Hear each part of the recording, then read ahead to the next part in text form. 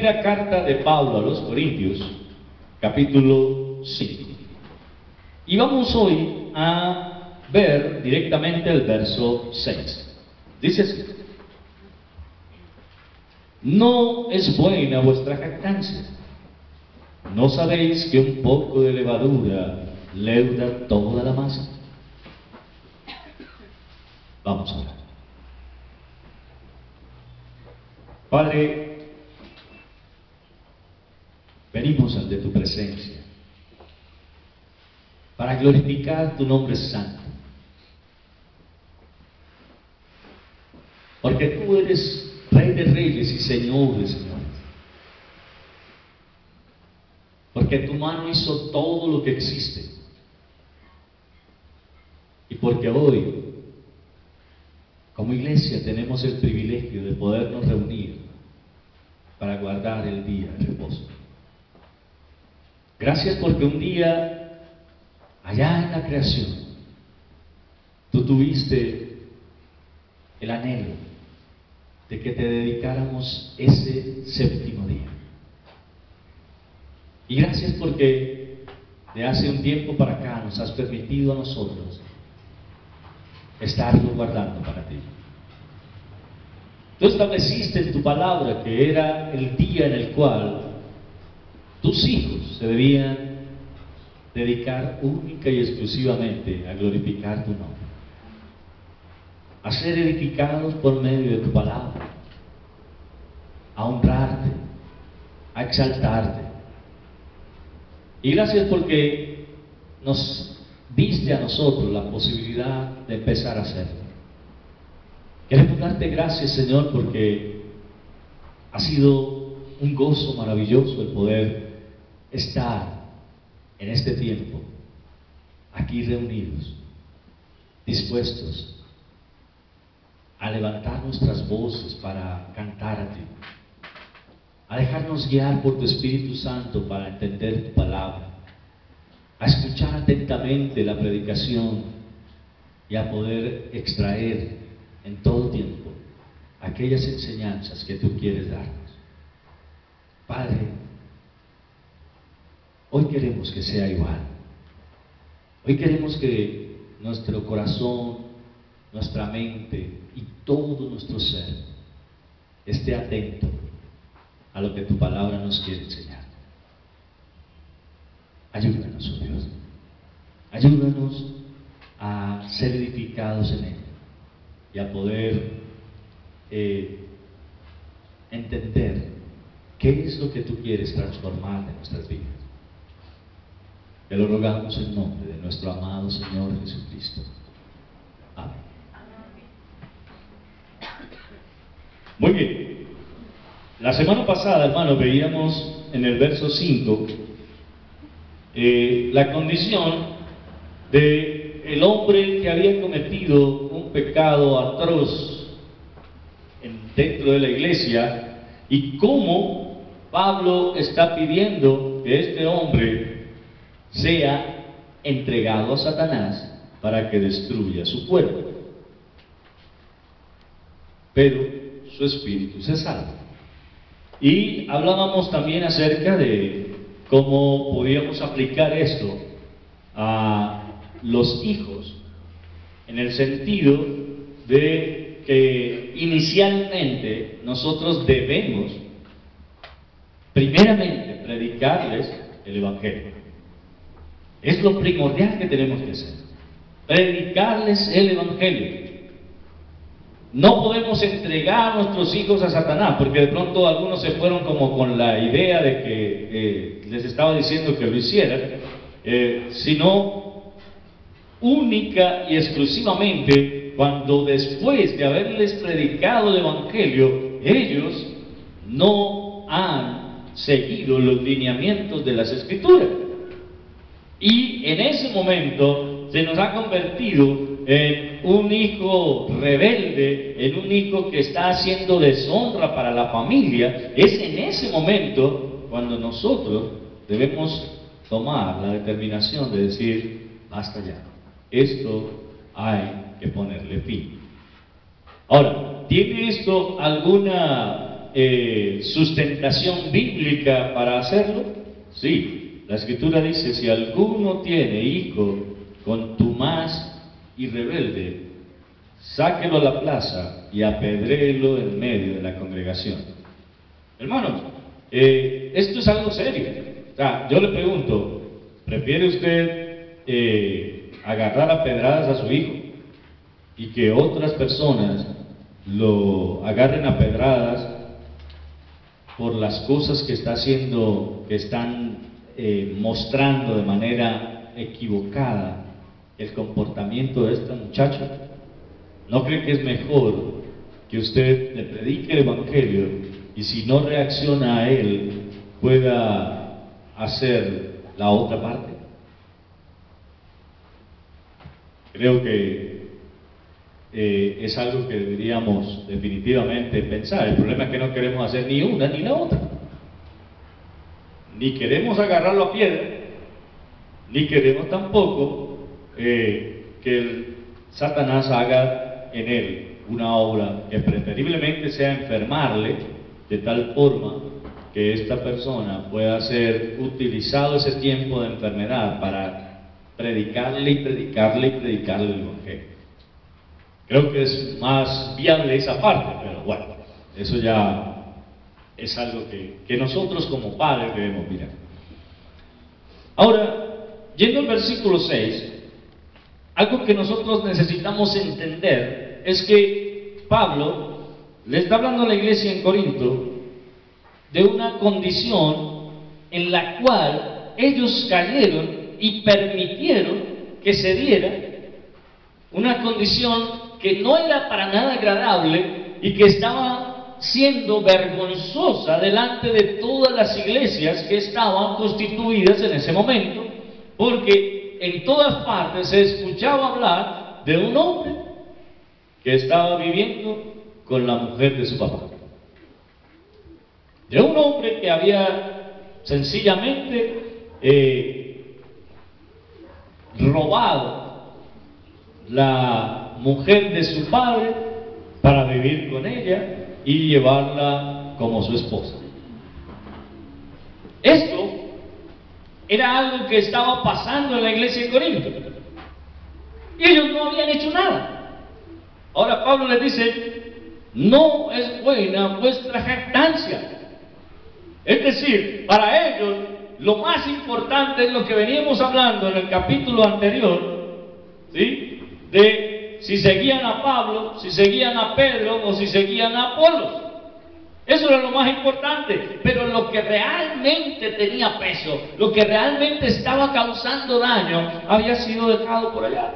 Como que eso después lo miramos, ahí lo manejamos entre nosotros, no hay problema, dejémoslo así. Y yo le pongo a pensar en una situación, hermanos, que de todas formas no la habíamos considerado, pero que debe hacernos pensar.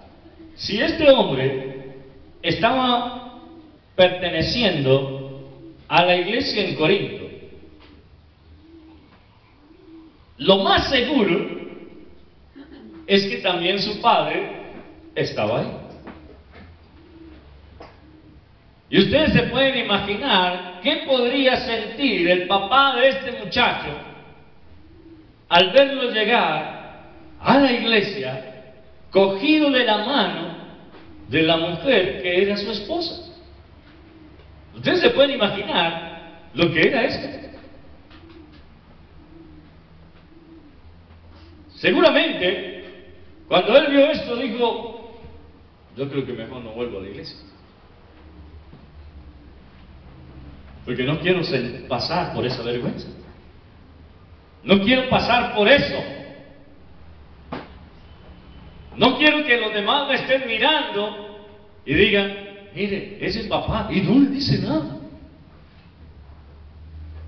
Mírenla a ella tan sinvergüenza.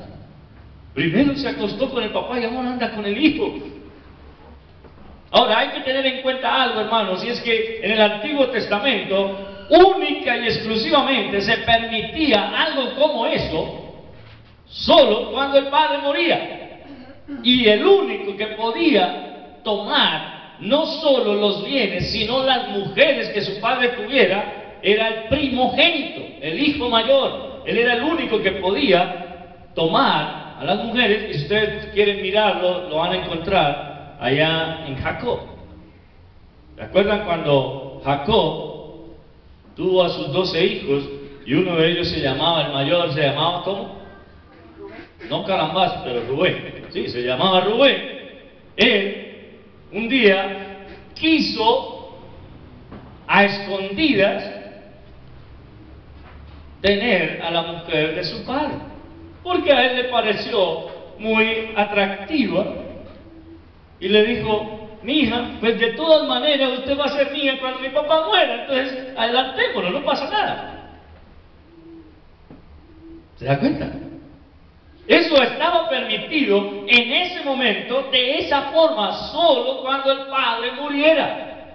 El hijo mayor debía tomar como suyas las mujeres que tuviera su padre, aparte de que él ya debería tener la suya propia, ¿sí? Pero entonces, lo que vemos aquí en Corinto es una situación totalmente distinta, y es: el papá está vivo y el hijo sencillamente quiere quitarle a la mujer.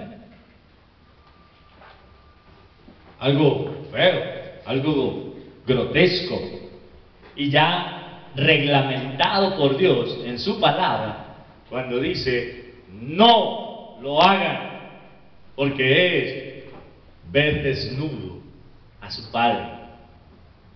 Eso no está bien. Entonces, ahora, la iglesia en Corinto se había dedicado a creerse: es que nosotros somos una iglesia grande. De pronto decía: nosotros somos una iglesia poderosa, tiene buenos ingresos, hay mucha gente aquí que es muy sabia, es muy inteligente. Ellos se jactaban de cosas materiales. ¿Se acuerdan que en el capítulo 1 Pablo les está diciendo: es que lo que importa no es lo que ustedes puedan conocer de lo que el mundo enseña, sino la palabra de Dios? ¿Se acuerdan de eso? Cuando lo vimos en el capítulo 1, ellos estaban dedicados única y exclusivamente a preocuparse por tener mucho conocimiento del mundo, pero se habían olvidado del conocimiento de Dios, del conocimiento de la palabra de Dios, y eso los había convertido en personas jactanciosas. Estaban muy orgullosos de tener entre sus filas a personas profesionales. Aquí tenemos príncipes, aquí tenemos hijos de reyes, aquí tenemos personas que tienen título, aquí tenemos personas que tienen mucho dinero. Eso es lo que realmente nos importa. Y Pablo le dice: no se jacten de eso. Eso no es bueno. Eso no es agradable a los ojos de Dios. Y deben tener presente, que lo dice ahí el versículo: un poco de levadura leuda toda la masa. Hermano, ¿qué quiere decir eso? Cuando el panadero se dedica a amasar, ellos, antes de hacer el proceso de amasado, preparan en un recipiente la masa o la harina con la cual van a hacer el pan. Y algo que ellos tienen muy presente es la cantidad de levadura que van a echar para que de un pedacito de masa así salga un pan así.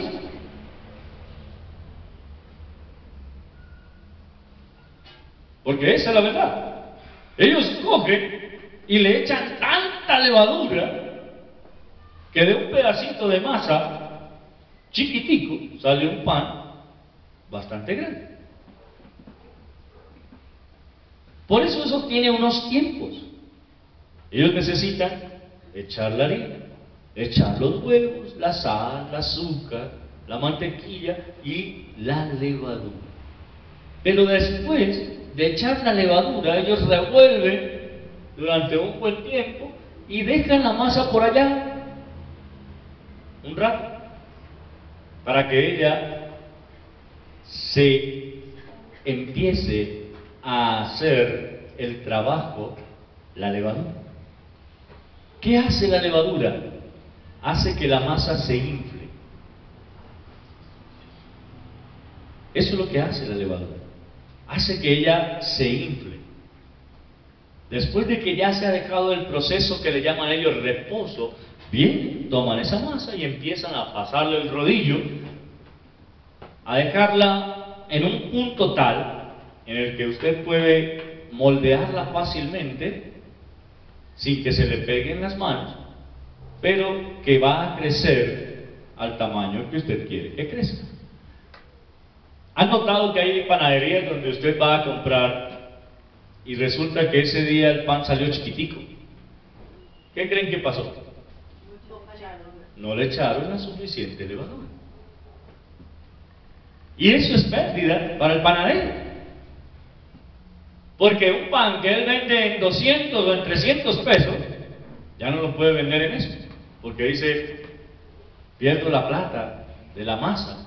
Entonces, prefieren remolerlo y hacer con ese una torta de pan que luego la venden más cara que venderlo así tan chiquitico. Por eso el panadero debe tener la medida exacta de la cantidad de levadura que debe echar. Pero ¿qué quiero decirle con esto? Por poquita levadura que se le eche a la masa va a cambiar su estado natural. Una cosa es que usted coja una masa sin levadura y trate de hacer pan con ella, le va a quedar un pan duro, muy duro y grueso. Pero con la levadura no. Usted toma un pedacito y se crece. La cuestión aquí, que es lo que Pablo le está queriendo decir a la iglesia en Corinto, es, hermanos, un solo pecado que ustedes permitan dentro de la iglesia hace a la iglesia un lugar que no es puro. Hace a la iglesia un lugar que no está siendo puro. Porque recuerde que la palabra del Señor dice que Él compró la iglesia al precio de su sangre preciosa. ¿Y qué hizo? Quitar de nosotros el pecado. Esa es la levadura a la que Pablo se está refiriendo. Es decir, no permitan que cualquier cosa que cometamos infle a la iglesia. Porque eso es lo que pasa. Hermanos, cuando nosotros como creyentes estamos siendo practicantes de pecado, estamos permitiendo que la iglesia sea vista por el Señor como una iglesia inflada. ¿Me hago entender? No es pura como Él la hizo. Recuerden que cuando Él derramó su sangre en la cruz, su propósito fue ¿cuál? ¿Cuál fue? Sí, pero ¿cuál otro propósito había? Limpiar. Limpiar. Y si algo está limpio, pero yo permito que se ensucie un pedacito, ¿sigue estando limpio? No. No queda limpio. Y esto es lo que Pablo quiere hacernos ver. Hermano, como creyentes, estamos llamados todo el tiempo a dejar de lado aquellas cosas por las cuales nosotros nos jactamos a veces, porque a veces como creyentes estamos en eso. Eso ya yo lo sé, no hay problema. Hermano, usted está orando sobrado. ¿Usted está leyendo la Biblia? Me la sé toda. Sí.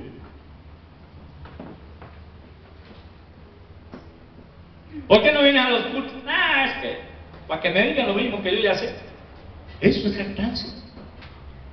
Eso es jactancia. No, es que no tiene nada nuevo que enseñarme. Eso es jactancia. ¿Por qué no viene a orar? No, es que no me gusta. Eso es jactancia. ¿Por qué no comparte con los demás lo que entonces usted dice saber? Es que a mí no me gusta enseñar. Eso es jactancia. Si usted dice que sabe, enseñe. Pero ni aprende, ni enseña. ¿Se da cuenta? Un poco de levadura leuda toda la masa.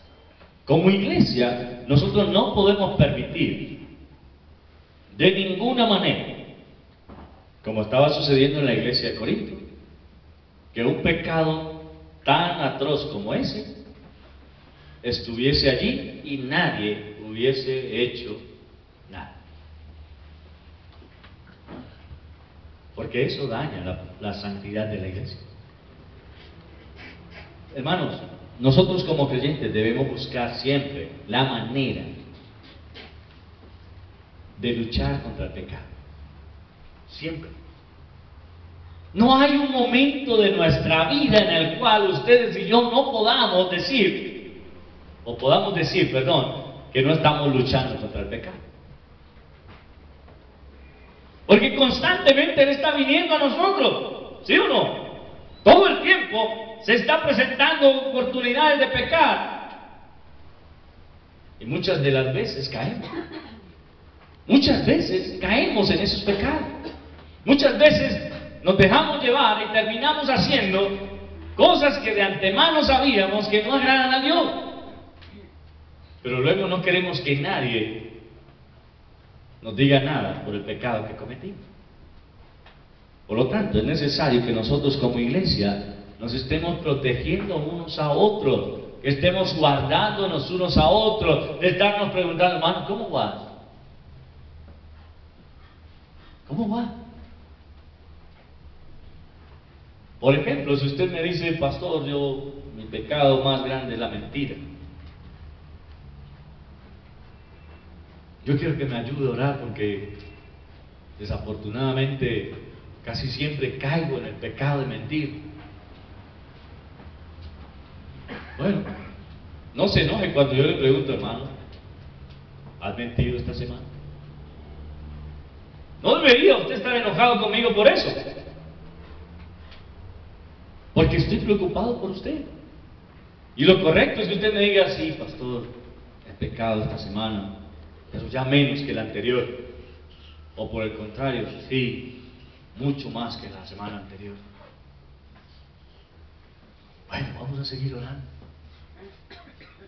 Es que nosotros no queremos confesarnos los unos a los otros nuestros pecados, precisamente ¿por qué? Porque queremos seguirlos cometiendo. Ese es el problema. Si yo realmente quisiera dejar de hacer un pecado, ¿qué haría? Lo confesaría a un hermano que estuviese pendiente de mí todo el tiempo, y de esa manera ya me sería más vergonzoso caer en él. ¿Sí o no? ¿Qué pasaría si usted le dice a otro hermano, por ejemplo, hermano, yo tengo problemas de que me gusta coger lo que no es mío? Si yo veo algo por ahí que me gusta, lo agarro y me lo llevo. ¿Cómo se llama eso? Eso no tiene otro nombre. Eso se llama robar. Pero como usted no lo ha llamado por su nombre, usted fácilmente lo va a seguir haciendo. ¿Sí o no? ¿Y qué pasaría si yo le dijera, hermano, sigue siendo un ladrón? ¿Cómo se pondría usted?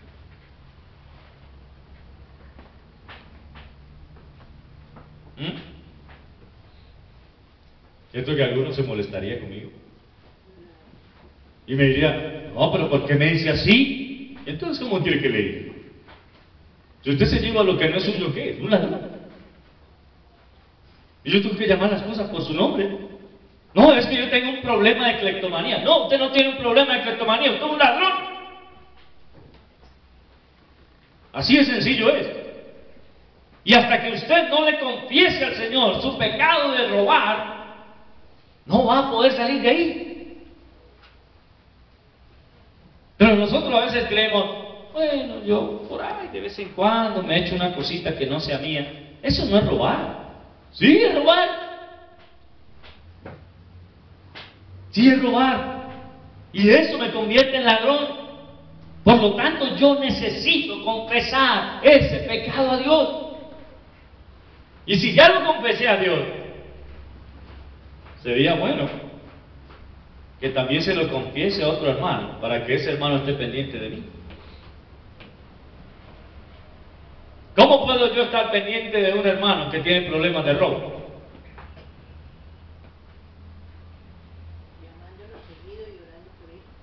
Eso por una parte. Pero por otro lado, yo voy a estar vigilando. Yo voy a estar diciendo, hermano, ¿por qué cogiste eso que no era tuyo? Devuelve. Ve ahí, devuelve. Y pide perdón. No, pero es que el otro no se enteró. No importa que no se haya enterado. Pide perdón. Porque, hermano, dejarlo así como que para que nadie se dé cuenta, lo pongo ahí otra vez y ya quedó así. No. Lo correcto para poder yo luchar contra ese pecado es ir y decirle, hermana, hermano, yo tomé esto que no era mío. Por favor, perdóneme. Yo soy un ladrón. Llame las cosas por su nombre. Pero es que nosotros no queremos hacer eso. Creemos que cuando alguien nos dice de esa manera es como, ¡ay, qué ofensivo! ¿Por qué me ofenden de esa manera? Y entonces, ¿cómo quiere que le diga? ¿Ladroncito? ¿Cleptomanito? ¿Hermanito querido que le gusta coger lo que no es suyito? No, yo tengo que ponerle las cosas claras, hermano. ¿Qué dice la palabra? El que hurtaba, no hurte más. Y haga con sus manos lo que es bueno. ¿Y qué es lo bueno? Si yo me robé algo, entonces voy y lo devuelvo y pido perdón por robarme. ¿Me hago entender? Pero es que, hermano, yo no quiero pasar la vergüenza. ¿Y quién te mandó al ladrón? ¿Quién te mandó a ser ladrón? Hay que pasar la vergüenza.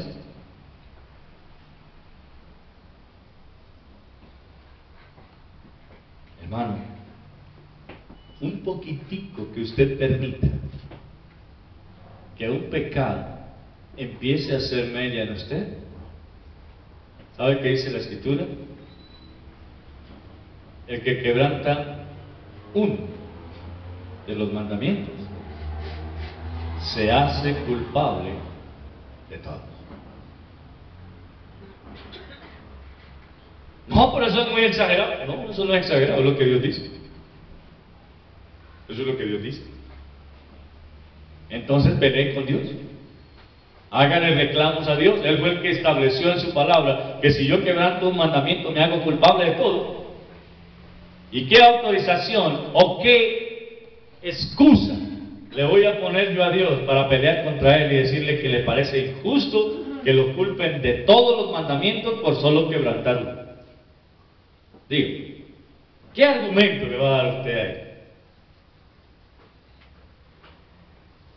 ¿Sabe? Lo peor que la iglesia puede permitir es que se empiece a vivir en condiciones pecaminosas y la iglesia no haga nada. Vamos a poner un ejemplo.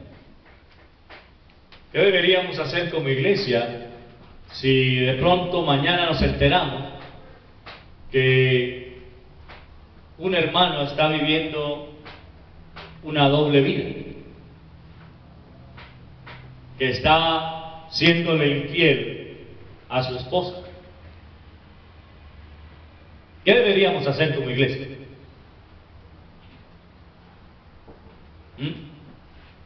¿Digo? Y esto no, porque quieren que le diga algo. La Escritura dice de manera clara, no hay nada oculto que no haya de ser manifiesto. Va a salir a la luz. Y ay de usted cuando salga a la luz.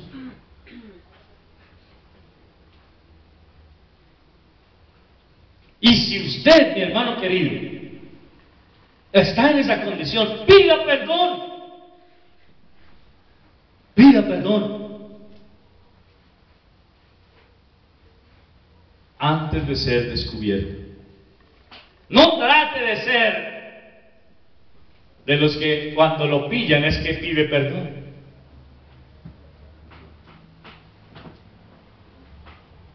Porque saben, esa es la característica que muchos tienen. Solo cuando son descubiertos es que ahí se dicen, ay, yo no quería, por favor, perdóneme, es que yo no era así, pero me volvieron así. No. Hay que levantarse y decir, hermano, perdóneme. Ninguno de ustedes sabe esto, pero yo he venido haciendo esto y esto y esto, por favor, perdónenme.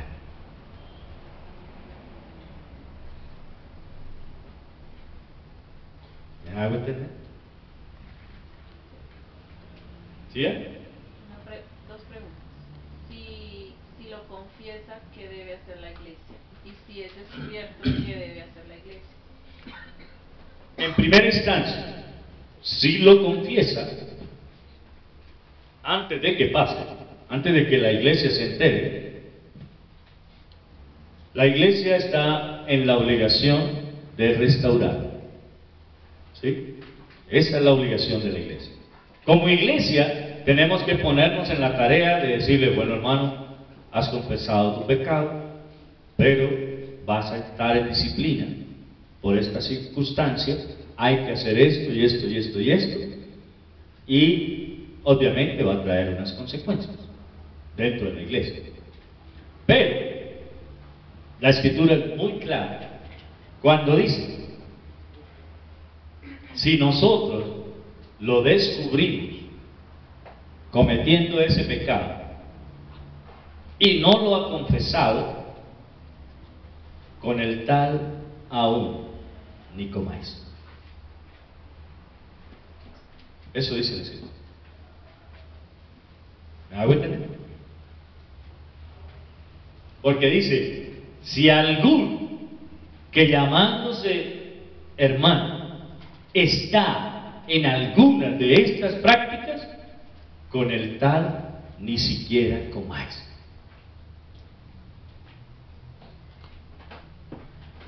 ¿Por qué? Porque yo no puedo permitir que alguien haya hecho creer que es un cristiano y esté en prácticas pecaminosas delante de nosotros sin que nosotros nos demos cuenta. ¿Me hago entender? Esa debe ser nuestra condición. Y, ay no, es que eso es muy duro. Sí, es muy duro.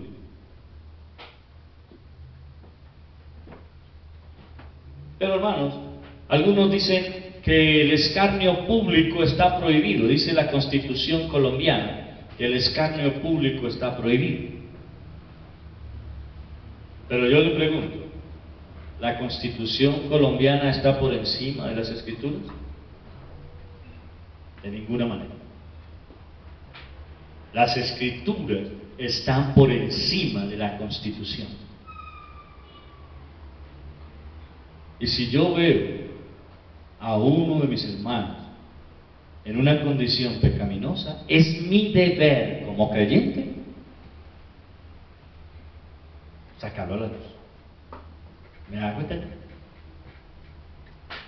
Ahora, aclaro, y en esto quiero ser muy claro,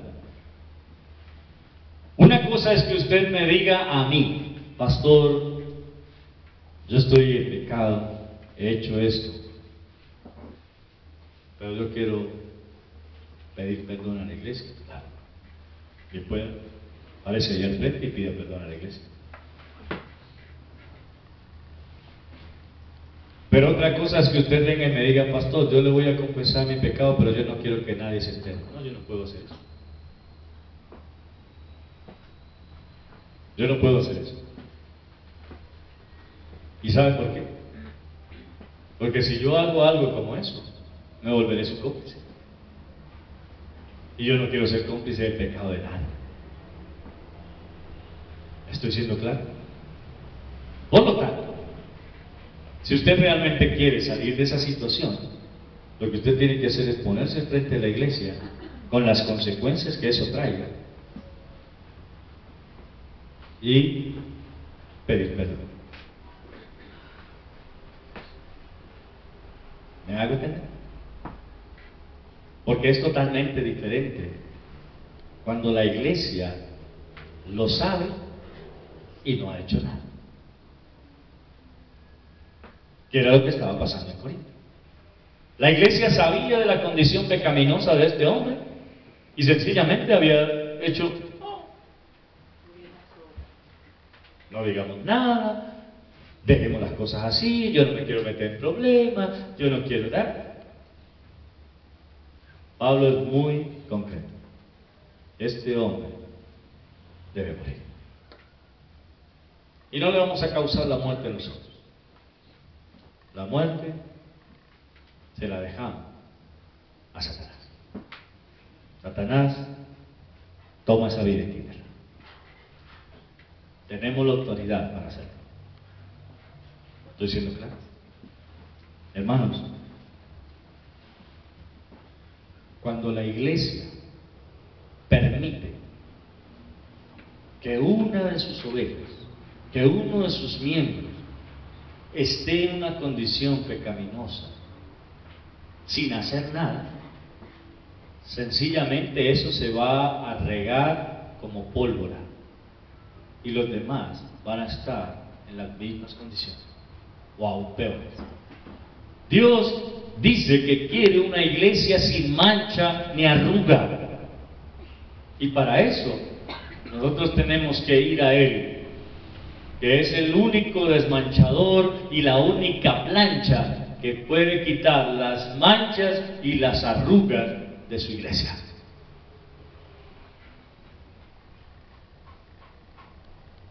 El problema es que no queremos que Él haga eso. Ese es el problema. Y sabe, hermano,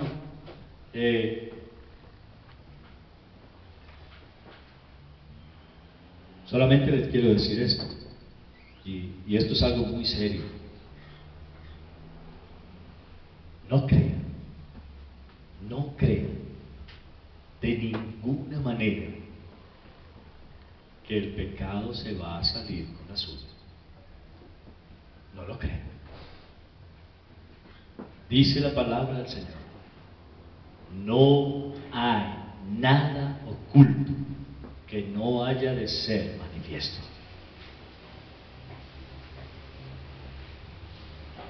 Y no estoy hablando de un pecado específico, sino de cualquiera. De cualquier pecado. Por lo tanto, yo como creyente debo dar la pelea. Y darla siempre. Pensando, Señor, he dejado que un pecado me ataque. Quítalo de mí. Quítalo. Porque yo no quiero que tu iglesia se vea manchada por mi culpa. ¿Sabe algo? Imagínense ustedes una reunión en la cual todos vamos a ir vestidos de ropas blancas.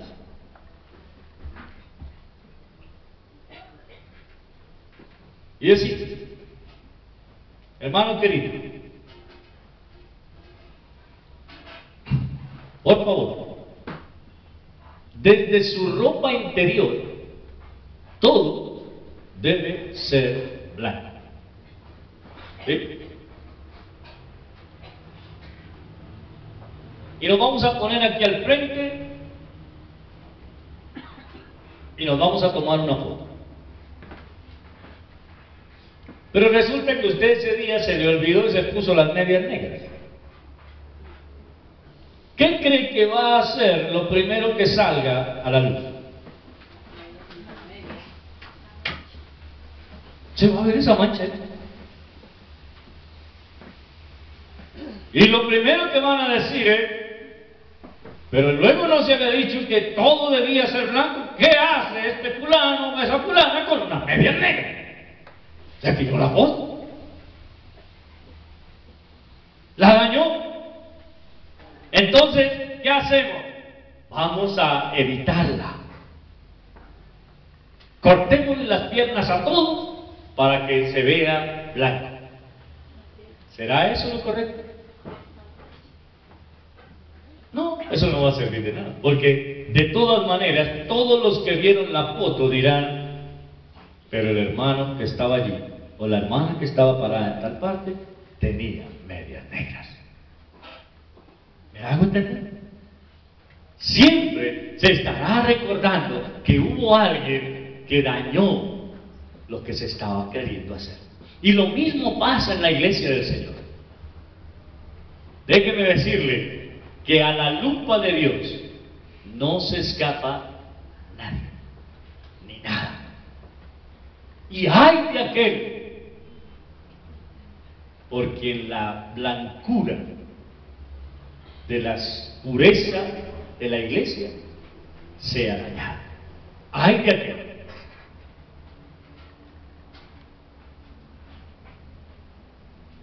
¿Sabe?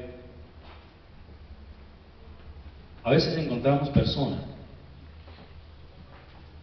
que les gusta aparentar lo que no son. Y se muestran de una forma que realmente no es. Esas personas creen que a todo el mundo lo quieren engañar. Pero algo que no podemos dejar pasar por alto es que usted a mí me puede engañar. A la iglesia la puede engañar. A los hermanos los puede engañar. Pero a Dios no lo engaña. Y por eso dice la Escritura, en aquel día muchos me dirán, Señor, Señor, y yo os diré, apartaos de mí, hacedores de maldad, no os conozco. No todo el que me dice Señor, Señor, entrará en mi santuario. Y cantamos un himno que ustedes lo recuerdan, Señor, ¿quién entrará en tu santuario para adorar? Y dice, el limpio de manos, de corazón puro y sin vanidades, que sepa amar. Pero el mismo autor del himno dice, Señor, limpia mis manos, lávalas tú, quita mi pecado y quita mi vanidad. Mis manos, oh, limpia, mi ser purifica, mi vanidad quita y dame tu amor. ¿Sabe? No hay jabón, no hay detergente, no hay cloros, no hay desengrasante, por industrial que sea, que pueda borrar la marca del pecado como lo hace la sangre preciosa del Señor Jesucristo. ¿Y sabe por qué? Porque es la única que limpia todo pecado.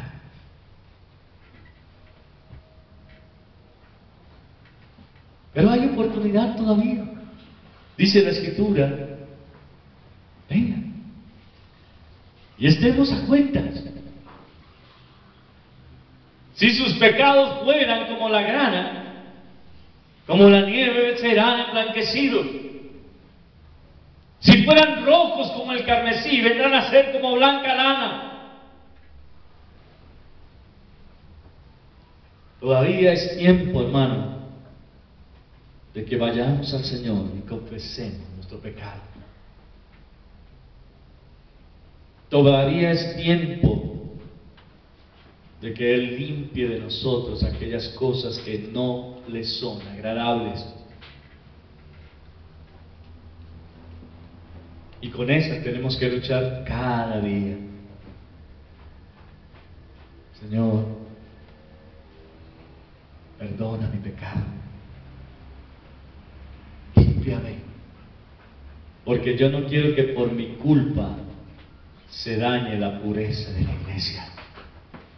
Yo no quiero que por mi pecado se infle la masa que es la iglesia del Señor. Yo no quiero que por mi pecado se hagan cosas indebidas dentro de la iglesia del Señor. Yo no quiero hacer que mis hermanos sean culpables de encubrir mi pecado.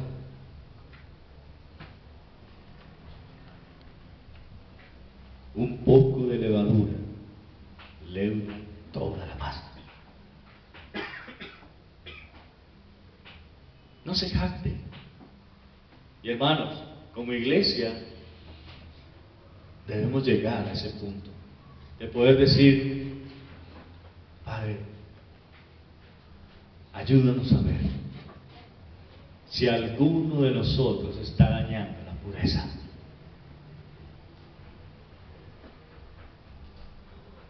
Y poderle pedir que no sea yo. Señor, que no sea yo, porque la pureza de tu iglesia se vea manchada. ¿Sabe? Los corintios cometieron el error de ser permisivos.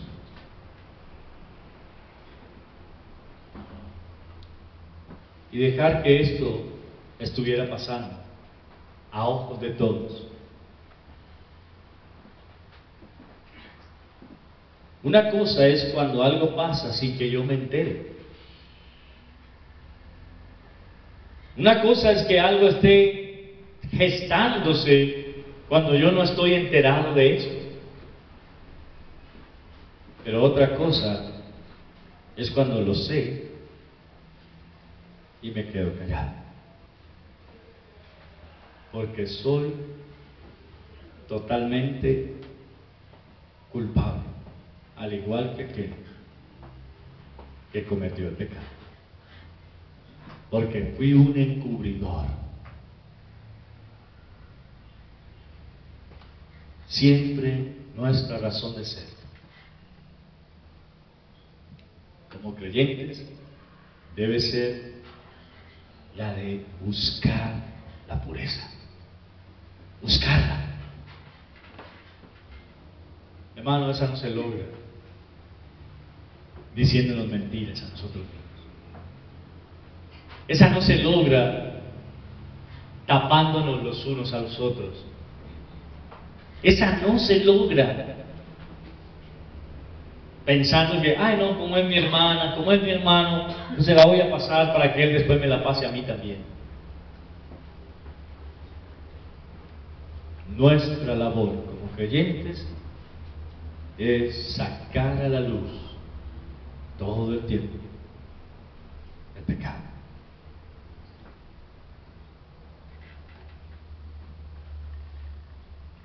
Vaya y lea Gálatas capítulo 5. Capítulo 6, perdón, versículo 1, dice: si alguno de vosotros es sorprendido en alguna falta, vosotros, que sois espirituales, restauradle con espíritu de mansedumbre. Es decir, nuestra labor todo el tiempo debe ser estarnos mirando los unos a los otros. Pero hay algunos que no nos gusta que nos miren, ¿cierto? Hay algunos que no somos capaces de sostener una mirada.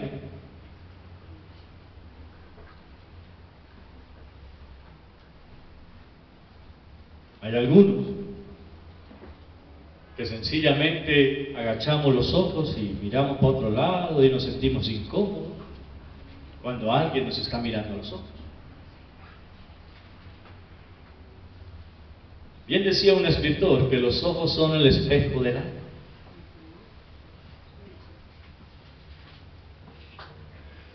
Y si usted no quiere que vean su alma, ¿por qué será? ¿Ah? ¿Por qué será que usted no quiere que vean su alma? ¿Sabe? Generalmente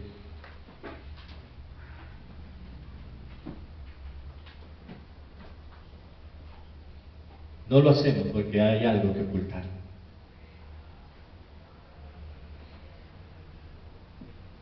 Y la prueba está en que, tristemente, cuando se hace algún ejercicio en el cual se le dice mírese a los ojos, se mira hacia todos lados menos a los ojos.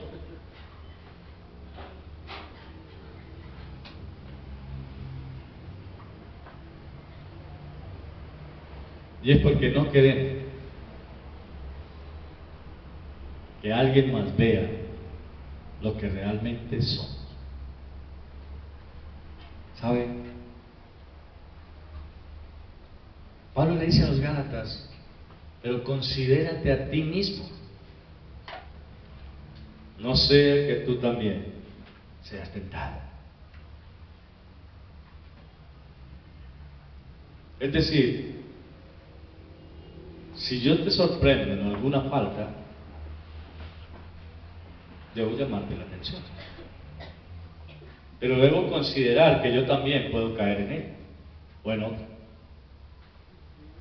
Y no debe ser mi propósito acabar contigo. Pero para que eso no se suceda, para que no lleguemos a ese punto,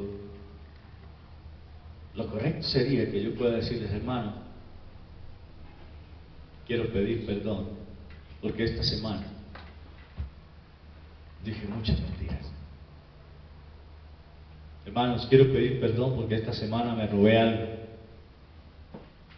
O quiero pedir perdón porque esta semana miré y codicié a la mujer de mi prójimo.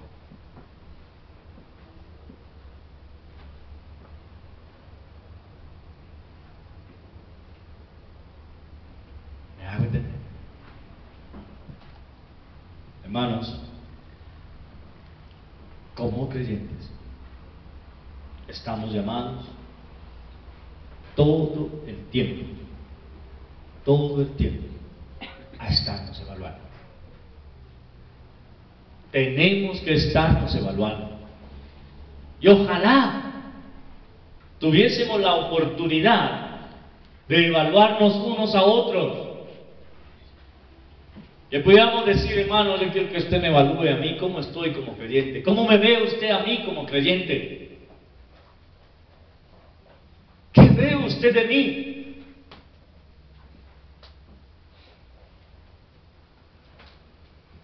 Para escuchar lo que otro tiene para decir. Y no para de una vez sacar a decir: ah, no, pero es que usted me está...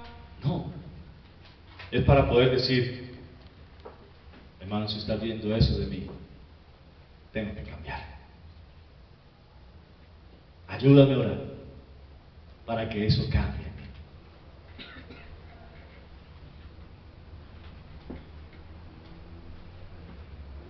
Acuérdense de esto. No es bueno creer que ya somos buenos. Eso es jactancia. Y recuerde también, un pecadito nos hace muy pecadores, porque nos infla. Toda la masa se daña. El pueblo de Israel tenía una práctica que era la celebración de la fiesta de los panes sin levadura. Y esa celebración se daba cada año. Así que cuando ellos iban acercándose a la fecha de la celebración de la fiesta de los panes sin levadura, inmediatamente, días antes, la orden para todo israelita era: saque toda la levadura que tenga en su casa. Sáquela. Y cada persona en su casa empezaba a buscar qué tipo de levadura tenía, la sacaban y la dejaban al sol para que se dañara. O muchas veces la quemaban. ¿Para qué? Para que cuando llegara el momento de la celebración de los panes sin levadura, nadie se le ocurriera llevar un pan con levadura. La masa se preparaba con el fin de que todos pudiesen comer en la fiesta de los panes sin levadura. Por eso Pablo hace mención de esto. Y es que lo que hay que sacar de nosotros es aquellas cosas que hacen que la masa se infle. Y ese es el pecado. Por lo tanto, hermanos, es necesario que nosotros nos podamos poner delante de Dios y decir: Señor, estos son mis pecados, tengo que sacarlos a la luz para que se quemen y ya no me hagan más daño y tampoco daño a tu iglesia. Aquí vengo delante de ti a sacarlos.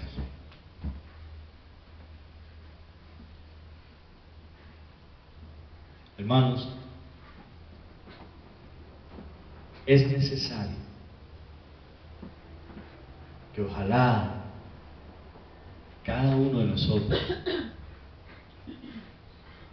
pudiese ponerse delante de Dios. Y eso que la hermana Elenita y Marinela decían, que el Señor les ha instado a pedir perdón, es porque Él quiere que saquemos de nosotros esa levadura que está inflando la masa. Pero no es solo de ellas dos, es de cada uno de nosotros. Somos nosotros los que estamos encargados de saber que hay algo en nosotros que está siendo motivo de que la masa se infle. Por eso, hoy quiero invitar a que allí, de manera muy personal y con toda la sinceridad, usted hable con Dios.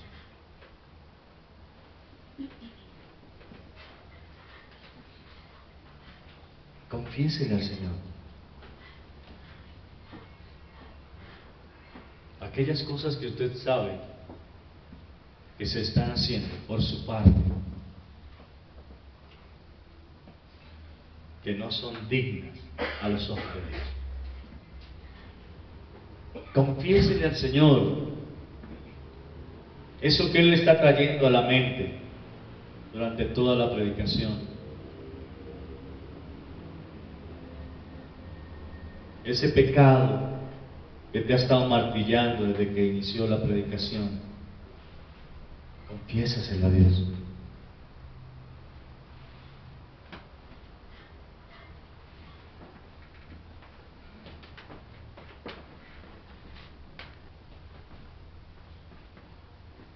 Cierre sus ojos.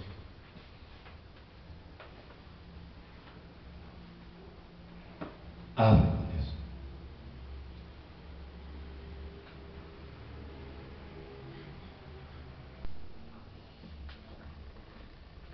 No se detenga.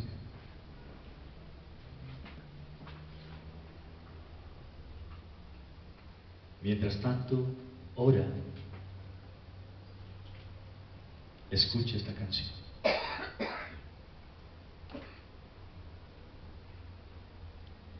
Hoy mi corazón lo abro a ti. Hoy mi corazón lo entrego a ti. ¿Cómo yo podré de ti ocultarlo? Si tú lo has visto, Dios, si allá en mi soledad tú lo has mirado. Hoy mi corazón lo abro a ti. Hoy mi corazón lo entrego a ti. ¿Cómo yo podré de ti ocultarlo? Si tú lo has visto, Dios, si allá en mi soledad tú lo has mirado. Y allí lo dejo, Dios, entre la leña del altar. Quebrántalo, consúmelo, purifícalo y enséñale a no pecar contra ti,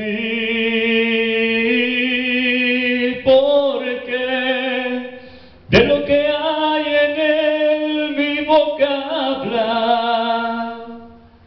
Llénalo de tu alabanza y tu alabanza cantará. Y allí lo dejó Dios, entre la leña del altar. Quebrántalo, consúmelo, purifícalo y enséñale a no pecar contra ti, porque de lo que hay en él mi boca habla. Llénalo de tu alabanza y tu alabanza cantará.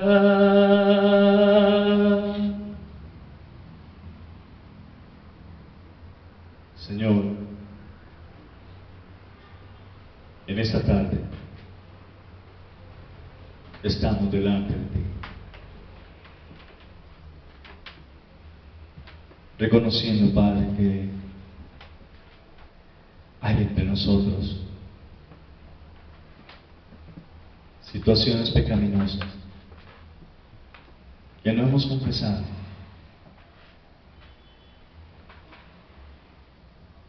Y hoy queremos ponerlas delante de ti en el altar.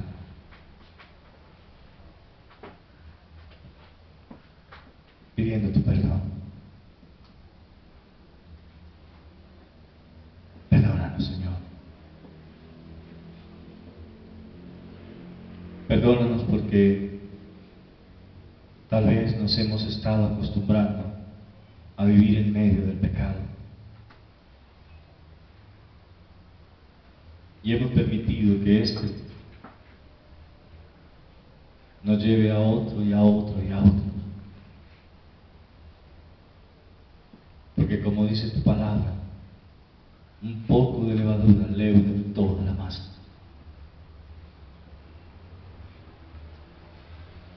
No queremos esa condición en nosotros, Padre. Perdónanos. Perdónanos, Señor.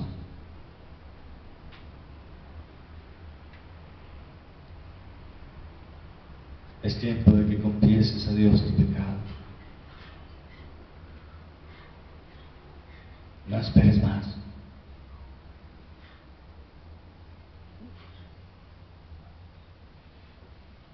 Recuerda lo que decía el himno que cantamos. Ven amigo Jesús.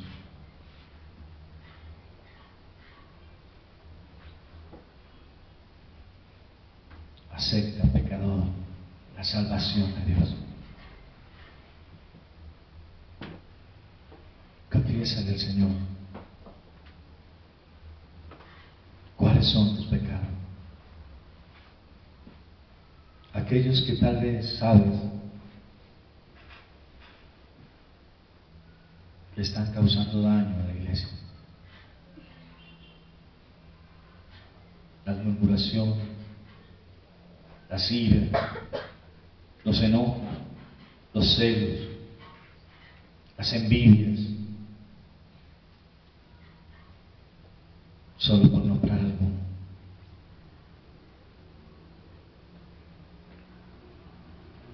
Confiésale a Dios.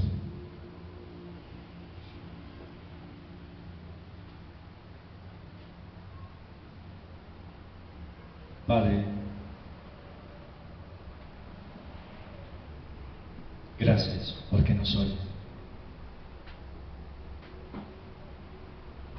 Y gracias porque tu palabra dice: hijitos míos, estas cosas os escribo para que no pequéis.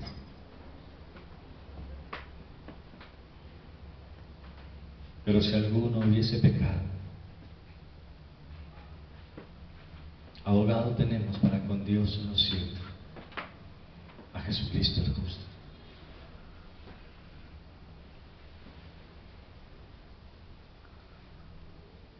Pero también dice: ¿quién nos podrá separar del amor de Dios?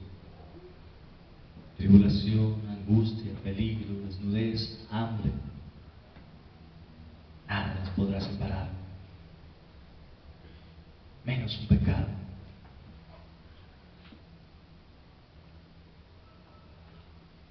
Señor, ayúdanos a no seguir en esa condición delante de ti. Ayúdanos a estar todo el tiempo pidiéndote perdón y llevarlo delante de ti para ser perdonado. Te lo rogamos en nombre de Cristo Jesús. Amén. Hermanos, que el Señor les bendiga.